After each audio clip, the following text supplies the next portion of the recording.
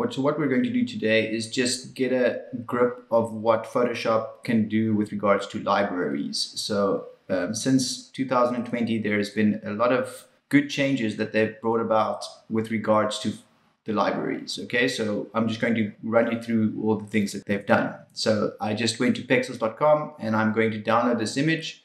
I've already done so, and if we open up Photoshop, it's already loaded. It's exactly the same image. Now, on the right, you'll see I've created a library called test, and if you don't see libraries, you need to go into Windows and click on libraries over here.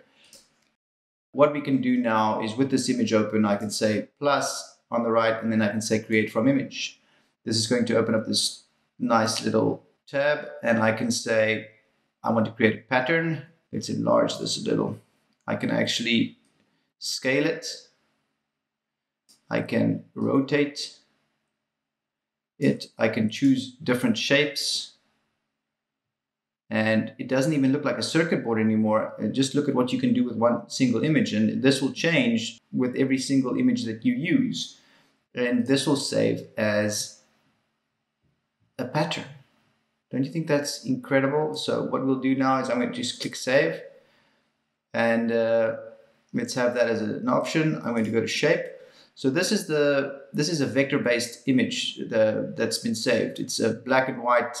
I can increase the details or I can decrease the details, and I can also choose it to invert, and I can choose it to smooth on the save. And I'm not going to invert now, and I'm going to increase the details a little, and then I'm going to go and I can actually erase some of the graphics that I don't want.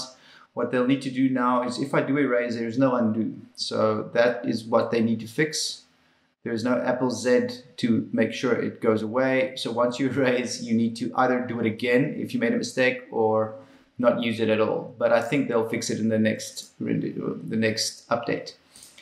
Then you've got color. Okay, so let's save the shape. It's going to take a while because it's quite a big graphic. It's vector, so it's mathematically based. It's going to be large at first, but you can scale it up as large as it needs to be.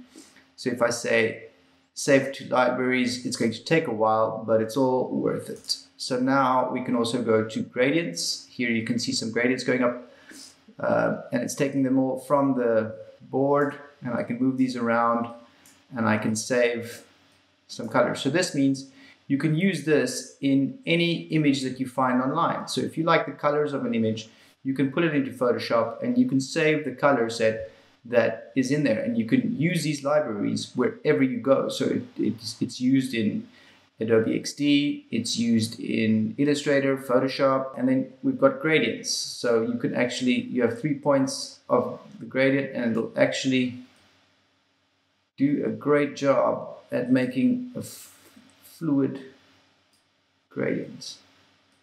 How is that for...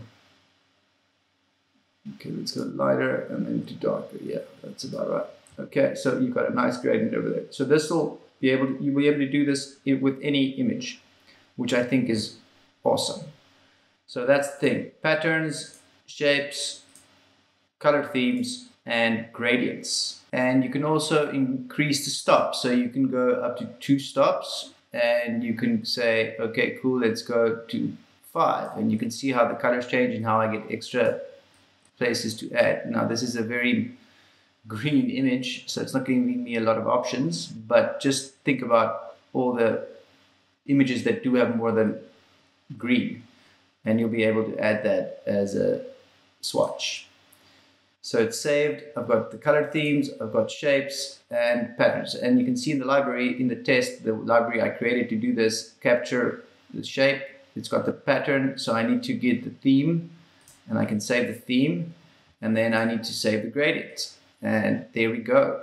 So now I can close this, and I've saved all of this information from one single image. Now what I can do is I can drag this on here, and I can scale it with holding the Alt key. It scales it up, and I can fit it in here, and I can it's made it from this image. So what I can do is I can actually add a color overlay, and whatever color I've got selected there, you can change and modify.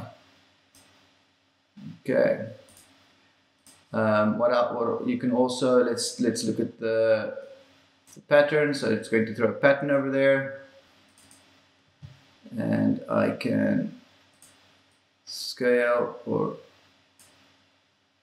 make it smaller or bigger, and it'll do what I need it to do.